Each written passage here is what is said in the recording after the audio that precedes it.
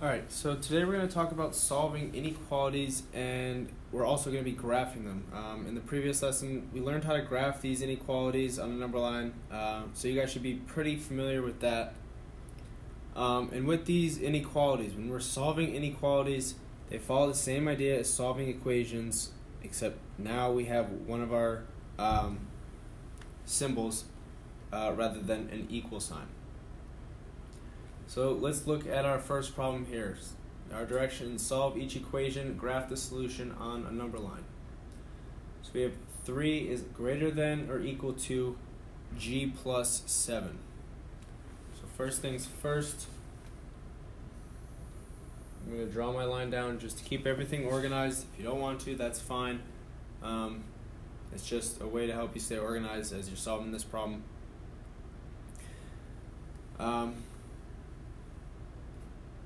So now to solve, we're going to subtract 7 from each side. Okay? Remember, we want to isolate our variable. Our variable here is g, so we subtract 7 from each side. That leaves us with negative 4 is greater than or equal to g. And that would be our final answer there. So we solve it. Now we want to graph it on a number line. So we don't need to put many numbers on a number line. I'm just going to put 3 here. You could put more if you want, but make sure they are evenly spaced out. We'll start with our negative 4 in the middle.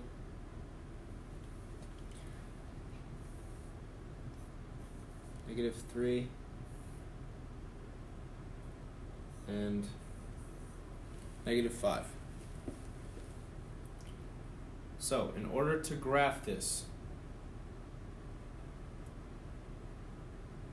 we have to use a closed circle at negative 4 because our inequality is greater than or equal to. If you guys remember that from last lesson, we want a closed circle if it is greater than or equal to or less than or equal to. We're going to use open circles if it's just less than or greater than. Okay? And so we have our closed circle at negative 4. And because it's greater than g, well, let's rewrite this. We can rewrite this as g is less than or equal to negative 4. That would be the same thing as this answer. So that kind of makes it a little bit easier to look at when we're graphing. And that's going to tell us that our arrow is going to go to the left. And make sure we fill this in just so we understand and can tell which way the arrow is going. Alright, for our second one, we have b plus 5/7 is greater than 2. So first things first, draw our line down, keep everything organized. We want to isolate our variable. So we're going to subtract each side by 5/7.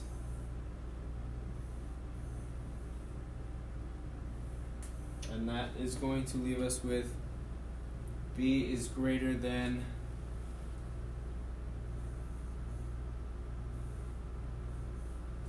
9/7.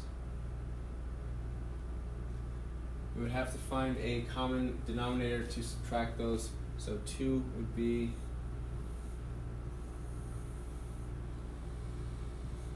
(14/7) minus 5/7, and that's going to give us our 9/7 that you see over there. So we have b is greater than 9/7. So that would be our final answer there. And now we want to graph it. So if you want to graph it, we're just gonna put we're just gonna use three numbers here. Put our 9/7 in the middle. To the right, I'm gonna put 10/7. To the left, I'm gonna put 8/7. We have an open circle at 9/7. Our arrow is going to the right because it is greater than.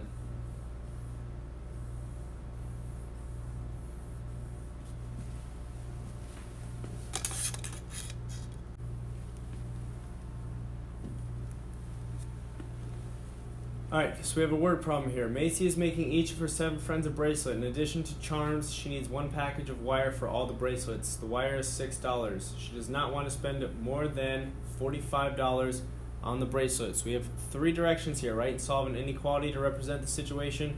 Let B be the cost of 1 bracelet. And then what is the maximum cost for each bracelet? Okay, so we know that B is the cost of 1 bracelet. We also know that she wants to make bracelets for 7 of her friends. We know the wire costs $6. And we also know she doesn't want to spend more than $45. So, if we let B be the bracelet, we have 7 friends. Our B is going to represent our bracelets plus the $6 she spends on the wire.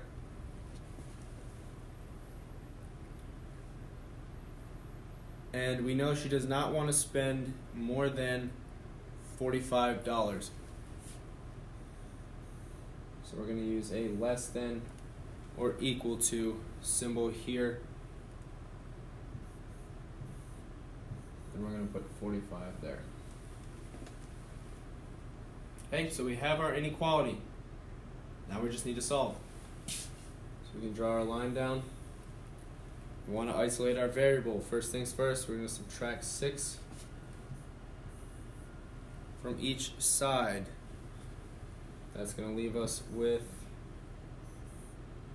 7b is less than or equal to 39. Now, again, to get our b by itself, inverse operations, we have multiplication, we're going to do division, multiply each side by 7, and that's going to give us our final answer of b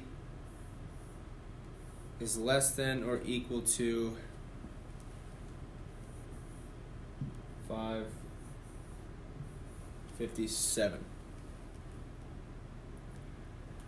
So that tells us that Macy can spend no more than $5.57 per bracelet if she does not want to spend more than $45.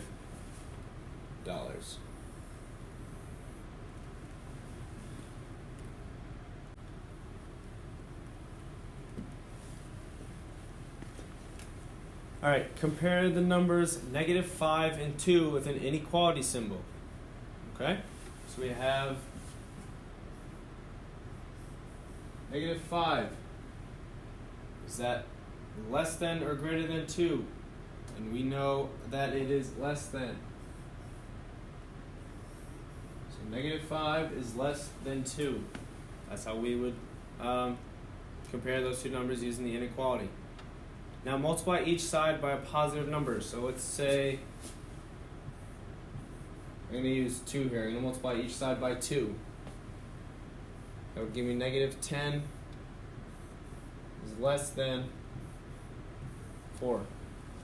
-10 is less than 4, so that statement holds true. Now multiply each side by a negative number. So I'm going to use -2. -2 times -5 is 10. Less than. So we keep our symbol. -2 times 2. -4. Negative 10 is not less, or I'm sorry, 10 is not less than negative 4. So this statement, this inequality is not correct. So let's look at our key idea down here. When you multiply or divide each side of an inequality by the same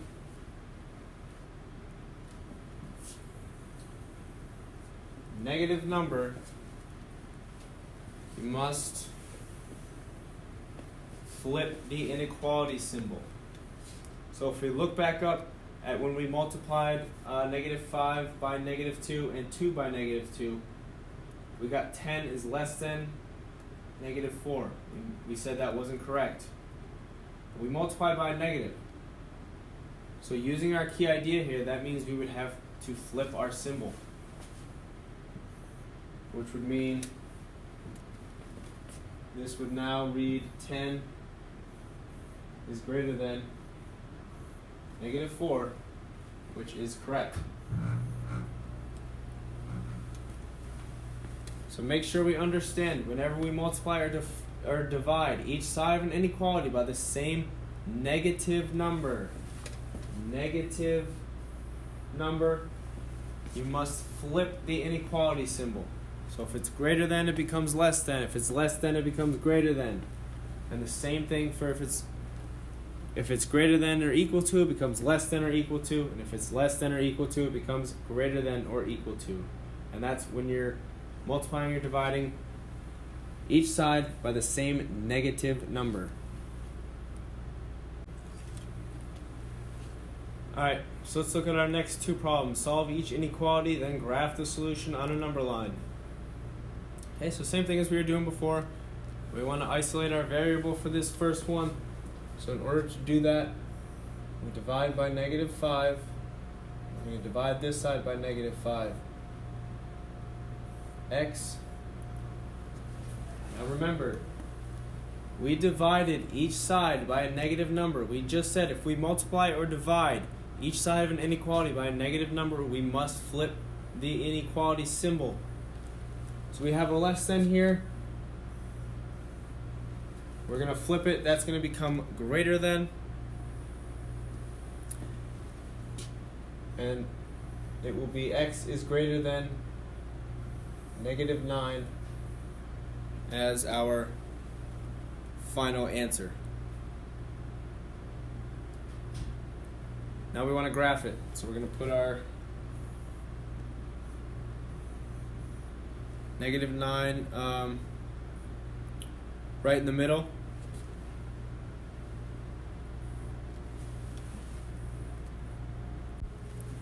I'm going to put my negative 8 to the right here and negative 10 to the left.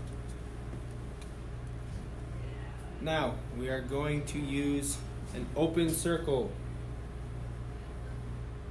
at negative 9.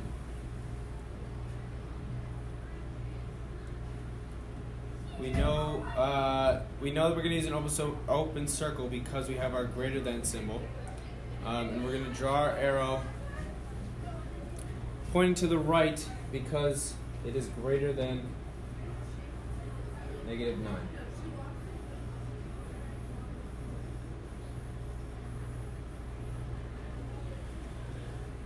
For our next one here, we have b over negative 8 minus 2 is greater than or equal to negative 8.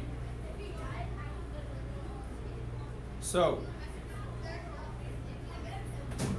first things first, we need to draw our line down.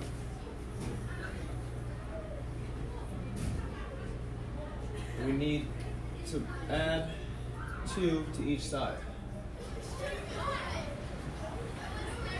We have b over negative 8 greater than or equal to negative 6. Okay? Now, we want to isolate our variable. We're going to multiply each side by the reciprocal. So negative 8 over 1. And this is going to be multiplied by negative 8 over 1. And that's going to give us b. We have to flip our sign. It's going to go from greater than or equal to less than or equal to, because we multiplied each side by a negative number. We multiplied each side by negative 8. We have to flip our sign. Negative 6 times negative 8 is 48. So our inequality is going to be b is less than 48. Now to graph it, we're just going to put our 48 in the middle, 39 to the right, 47 to the left. We're going to have a closed circle at 48. Our arrow is going to be pointing to the left because it is less than or equal to.